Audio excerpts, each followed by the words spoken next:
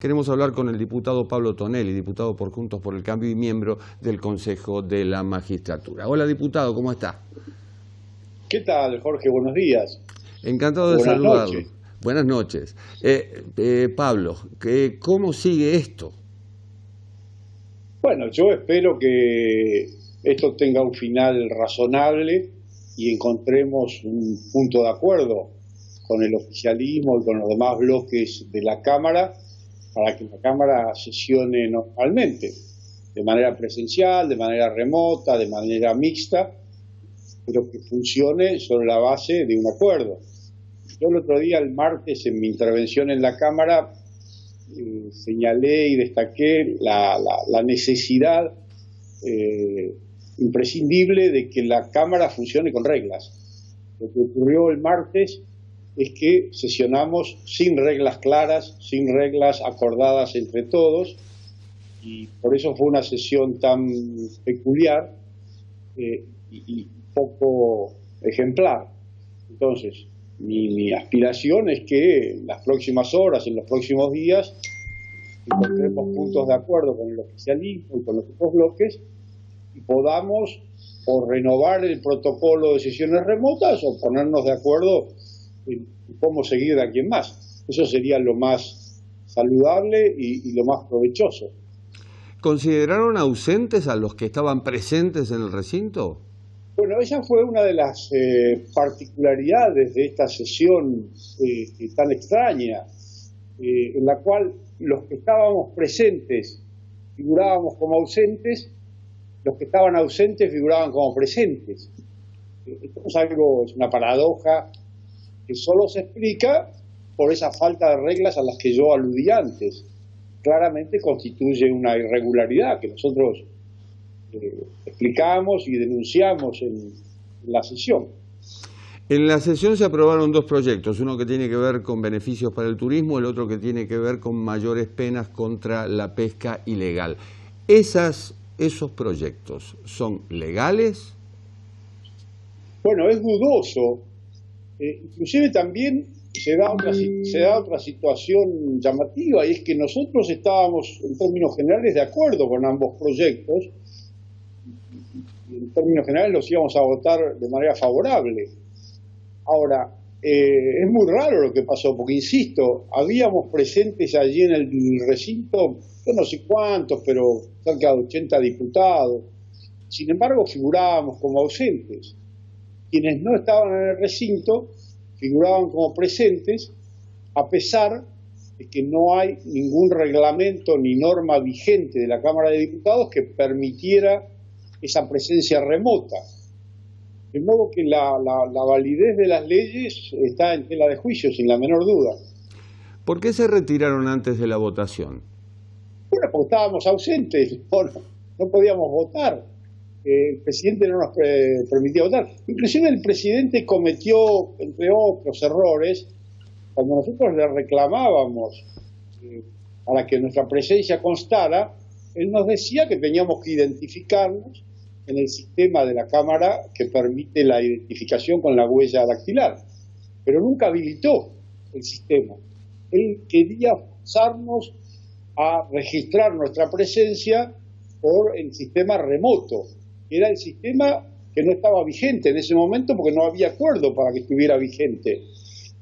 De modo que esta también fue una de las dificultades que nos encontramos. No podíamos votar porque el presidente no habilitaba el sistema de identificación de los diputados. ¿Piensan apelar a la impugnación o hay alguna vía para retomar el diálogo? Bueno, posiblemente las dos cosas. Es decir, nosotros es notorio que estamos preparando una demanda para reclamar la invalidez de la sesión del martes pasado. Ahora, al mismo tiempo, no dejamos de intentar ponernos de acuerdo con el oficialismo. Ha habido conversaciones, ha habido diálogo a través de las autoridades de los tres bloques que integran Juntos por el Cambio, con las autoridades de la Cámara y con otros bloques, y siempre, por supuesto, vamos a insistir en la conveniencia de ponernos de acuerdo y de encontrar un modo de funcionamiento que sea satisfactorio y tranquilo y garantizado para todos los bloques. ¿Alguna, alguna, No nos da acuerdo, tendríamos que avanzar con esa demanda. Algunas voces del oficialismo dicen que la minoría no puede imponer la agenda de la mayoría. ¿Esto es el que tiene más votos gana, más o menos, o manda? En eso estamos totalmente de acuerdo. Pero hay un detalle, y es que, digamos, vamos a empezar por el principio. El reglamento de la Cámara no permite que los diputados sesionen de manera remota o telemática. Eso está clarísimo en el reglamento de la Cámara. Por lo tanto, cuando mediados de marzo nos encontramos con el problema que generaba y que ocasionaba el aislamiento social, preventivo y obligatorio dispuesto por el gobierno, con el cual estuvimos de acuerdo, bueno, rápidamente nos pusimos a conversar y a discutir entre los distintos bloques cómo solucionar el problema. Bueno, después de un tiempo de conversaciones y de negociaciones, en la Comisión de Modernización, en la que me tocó participar, elaboramos un protocolo de funcionamiento del Congreso de manera remota o telemática. Protocolo que fue favorablemente dictaminado por la Comisión de Peticiones, Poderes y Reglamento y después aprobado por el Pleno del Cuerpo.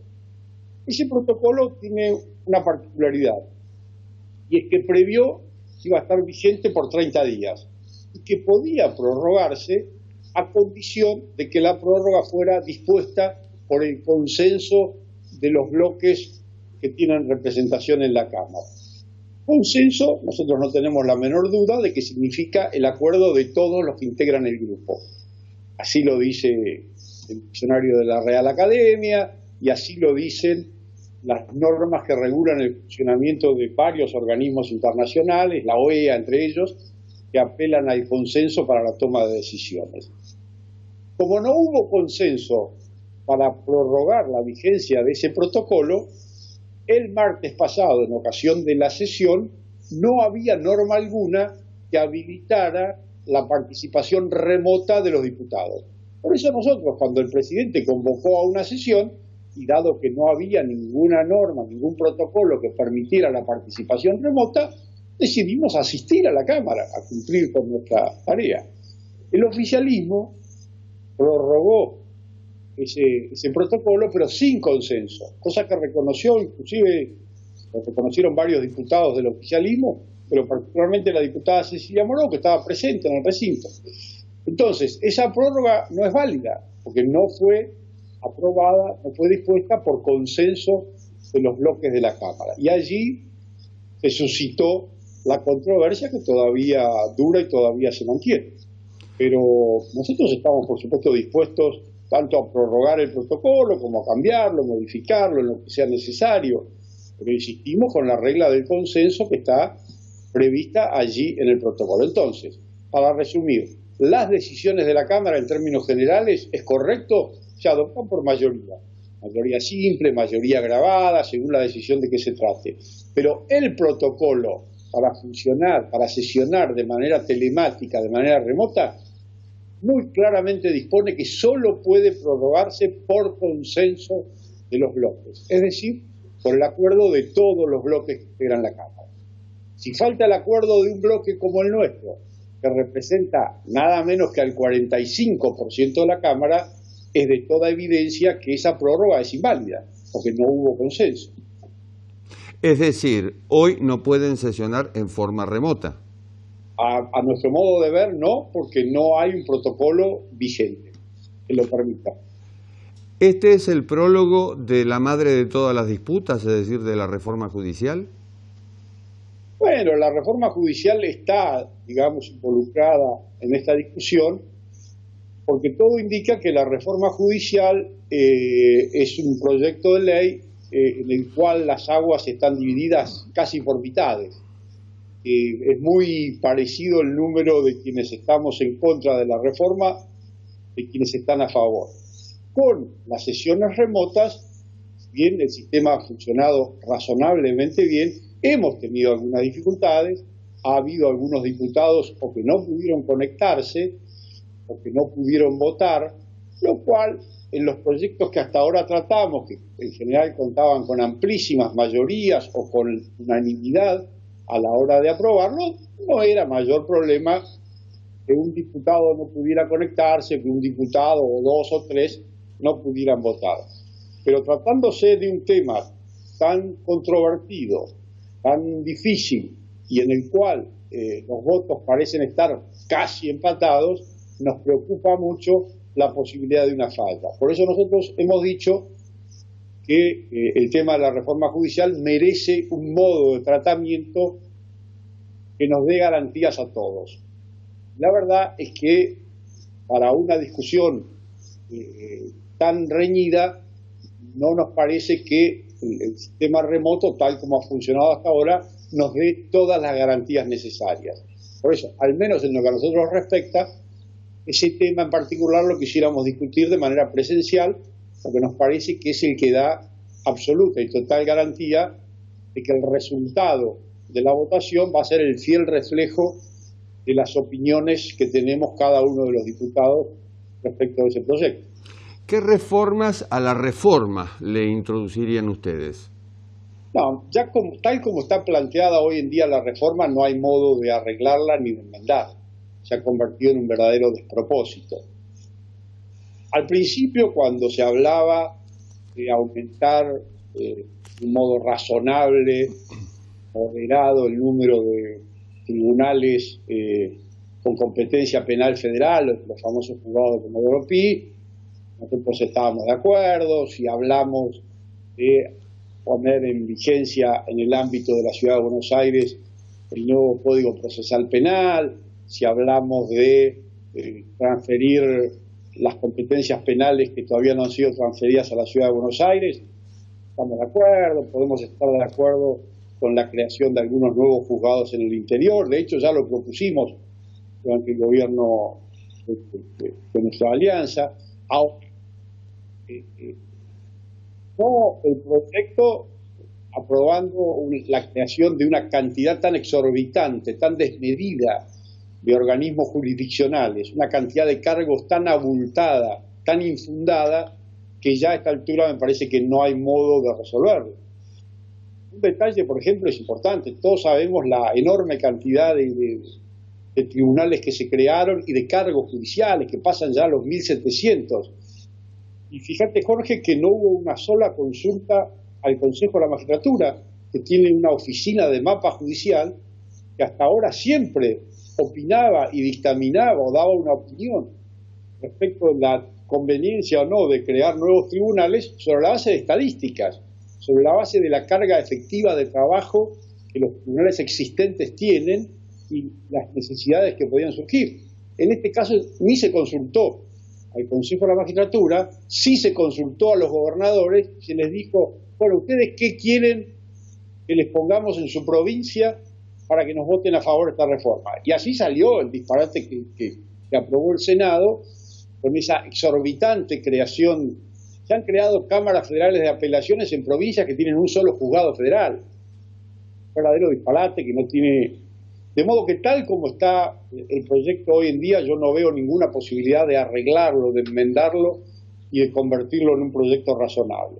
Me parece que lo mejor sería o que el Poder Ejecutivo lo retire y convoque al diálogo y a la discusión en términos más serenos y más tranquilos, o que nosotros lo rechacemos y de ese modo lo que podría ser una decisión voluntaria del Poder Ejecutivo se convierta en una necesidad ineludible como consecuencia de ese rechazo. ¿La reforma como tal tiende un puente a la impunidad de funcionarios procesados? Es posible, sobre todo si nosotros unimos a este proyecto de reforma judicial otras decisiones del gobierno, del oficialismo, relacionadas con la justicia. Me refiero a la revisión de algunos traslados, al empate contra el Procurador General de la Nación, al pedido de juicio político al juez Irursun, al absolutamente ilegal cambio de un integrante del jurado de enjuiciamiento del Ministerio Público Fiscal. Es decir, hay otros elementos que se suman a la reforma, el retiro de la Oficina Anticorrupción o de la Unidad de Información Financiera como querellantes en algunas causas. Si unimos todo esto, la sensación que a uno le queda es que efectivamente el oficialismo, entre otras cosas, busca y persigue la impunidad para los funcionarios y exfuncionarios procesados y inclusive condenados en esos juicios. Si la reforma implica tanto gasto, también estamos en vísperas del tratamiento del presupuesto 2021. Sí, el gasto que implica la reforma es verdaderamente desmedido.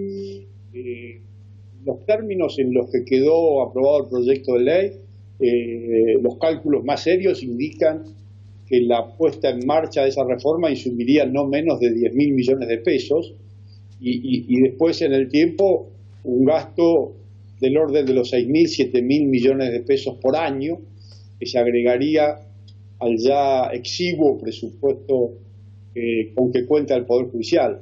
De modo que también desde ese punto de vista nos parece inoportuna la reforma. Sobre todo, insisto en algo que ya dije, y es que se han creado órganos jurisdiccionales sin el más mínimo justificativo referido a la carga de trabajo y a la necesidad de atender necesidades concretas que tenga hoy en día el Poder Judicial. ¿Resultó ser una ilusión eso que parecía ser el final de la fisura o de la grieta que existe en Argentina? Lamentablemente es lo que está ocurriendo en este momento. La verdad es que yo hubiera deseado que tuviéramos otro tipo de relación con el oficialismo, otro tipo de diálogo, pero está resultando un poco difícil. El oficialismo en general tiende a imponer su criterio y su voluntad sin buscar acuerdos, sin buscar fórmulas de conciliación con la oposición. Y en este momento la oposición, por lo menos en la Cámara de Diputados, representa la mitad de los diputados. Por ende, me parece que sería mucho más razonable, mucho más productivo que efectivamente existiera ese diálogo, ese intercambio fecundo de opiniones. ¿Notan oficialismo y oposición que están cada vez más lejos de la sociedad? Es posible y eso es preocupante. Yo no creo que lo que ocurrió el martes en la Cámara de Diputados a la sociedad le resulte provechoso, le resulte correcto. No es el modo en el que nosotros quisiéramos sesionar y quisiéramos funcionar. Pero hay veces que no tenemos más remedio. Nosotros propusimos muchas fórmulas de entendimiento para prorrogar ese protocolo de sesiones remotas y siempre nos encontramos con una negativa cerrada del oficialismo. El oficialismo en general nos dice, bueno, acepten esto o no hay acuerdo. No es el modo de resolver las discrepancias. El modo de resolver las discrepancias es que todos acerquemos las posiciones, busquemos fórmulas de encuentro y de entendimiento, cosa que no ocurrió lamentablemente el martes. Pablo Tonelli, diputado, muchas gracias. No, gracias a vos, Jorge, y siempre a las órdenes. Igualmente.